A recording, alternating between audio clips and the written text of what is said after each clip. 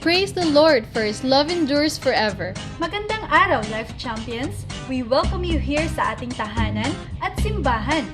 Life Church, ang tahanan ng mga kampiyon. You are watching a segment of what God has been doing in and through His church. Tara, let's take a look back and have a glimpse forward dito sa Life News. Every Sunday, tayo ay nare-refresh when we hear the Word of God through our speakers. Noong nagdaang linggo, nakasama natin ang ating dalawang primary leaders on our 9 a.m. and 4 p.m. worship celebrations. To have a glimpse of what happened last week, panoorin natin ito.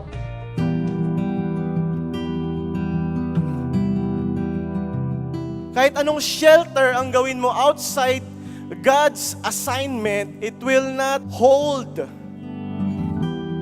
Kaya minsan hindi mo nakikita na God provided kasi you are not guided. Kaya tayo nahihirapan. Alam mo, kaya bless yung family mo kasi nandyan ka pa. Kaya sobra-sobra yung blessing ng family mo ngayon kasi may nananalangin kahit isa ka lang. Gusto mo nang rumaragas ang pagpapala?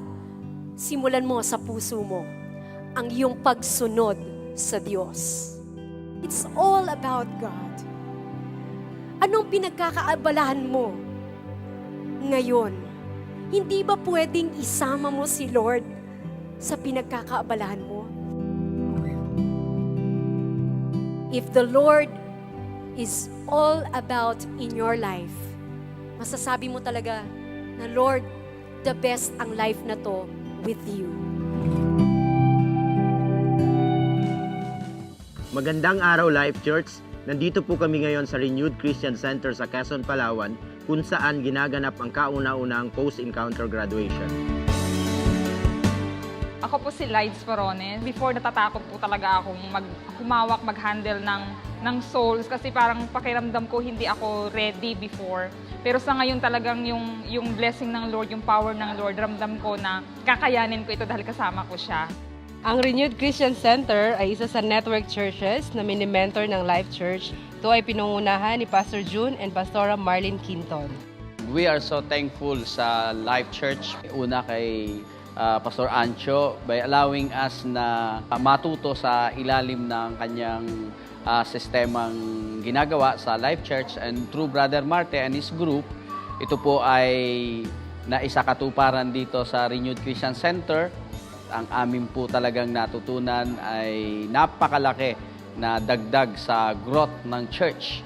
At ang aming bilang talaga pong nadagdagan, dumami, na noon ay hirap po kaming umabot ng 60. Now we have 120 dito sa church, at ito po ay ating inilalagay doon sa application, yung good application ng PEPSOL.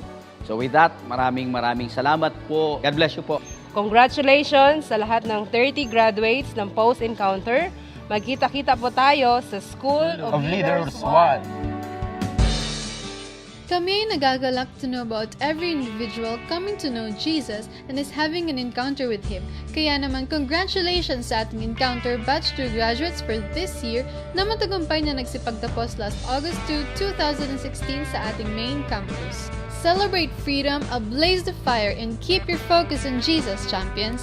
Training is our lifestyle. That's why our senior pastor, Pastor Ancho Benaventura, and one of our primary leaders, Coach Joshua Benaventura, attended the 2016 Teen Church Conference at Champion Center, Washington, USA. The conference is a gathering of church leaders from different parts of the globe, empowering one another as we move the Church of Christ forward. Change is possible when someone is willing to pay the price for change to be achieved. Because we are changed not by any means, but by the power of the blood of Jesus Christ.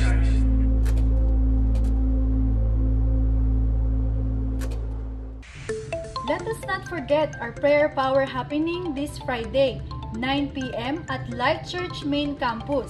Ito po ay ang ating pagsama-sama upang manalangin at magtiwala that as we come and agree in our prayers, God's hands are on the move for greater miracles. At yun po ang mga updates natin for this week. Let us praise ourselves for more learning as we hear God's Word through our speaker. Together with Jonard Angelo, I am Chien May Flores. At ako naman po si Evangeline Manas Doroteo.